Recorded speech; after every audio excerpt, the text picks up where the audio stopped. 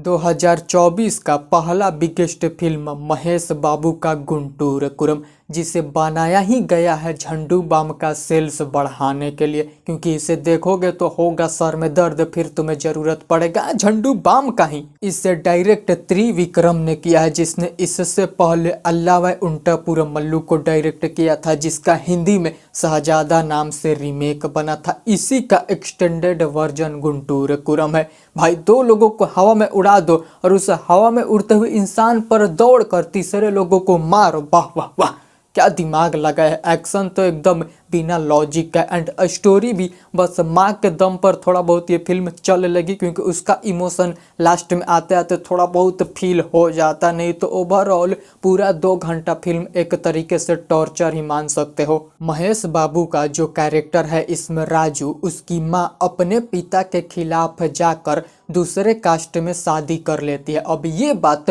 उसके पिता को जमता नहीं है, तो वो अपनी बेटी के ससुराल के फैक्ट्री में आग लगवा देते। उसी में से एक आदमी भगवान को भी प्यारा हो जाता है। तो अब इसके पिता रणनीति वाला गेम चलते हैं, उसके पति को भी जेल में भेजवा देते हैं और अब अपनी बेटी को ही धमकी देता है कि अगर तुम हमारे साथ नहीं आई, हमारे कास्ट के लड़का से शादी नहीं करोगी, तो ये तुम्हारे 12 साल के लड़का को हम ख़त्म कर देंगे। अब माँ है बेचारी, अपने बेटे को बचाने के लिए अपने पिता के साथ चली जाती है, दूसरा शादी भी कर लेती है एंड पॉलिटिक्स में जाकर सीएम भी बन जाती है। फिर जब राजू बड़ा होता है तो उसे लगता है कि उसकी माँ सबसे बड़ी विलेन है कि उसे छोड़कर चली गई। और फिर 25 सालों के बाद राजू के नाना उसे बुलाते हैं कि इस पेपर पर साइन कर दो, वैसे भी तुम अपनी माँ के साथ हो नहीं, तो यहाँ पर साइन कर दो, ऑफिशियल हो जाएगा कि तुम अपनी माँ के बेटे नहीं हो। उसका सिर्फ एक ही बेटा है जिसे वो सीएम बनाना चाहता है,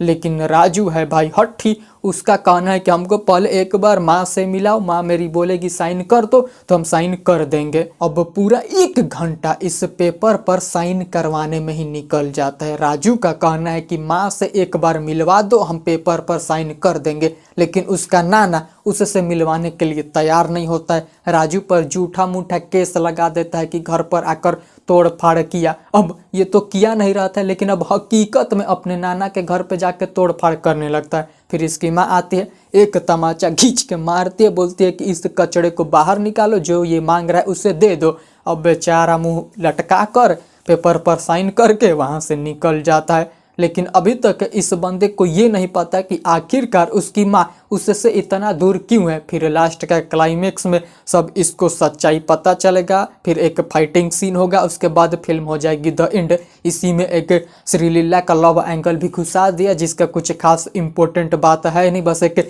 ग्लैमर दिखाने के लिए। म्यूजिक तो मेरे भेजे में घुसा ही नहीं। ओवरऑल मैंने तो कह दिया कि हाँ ठीक ठाक है फिल्म है, लेकिन हाँ वो जो लास्ट का क्लाइमेक्स होता है, माँ बेटे का जो बॉन्डिंग होता है, वो तो माशा अल्लाह था, फील कराता है। उसके अलावा मेरे को कुछ भी पसंद नहीं आया। बाकी तुमने देख लिया तो तुम बताना।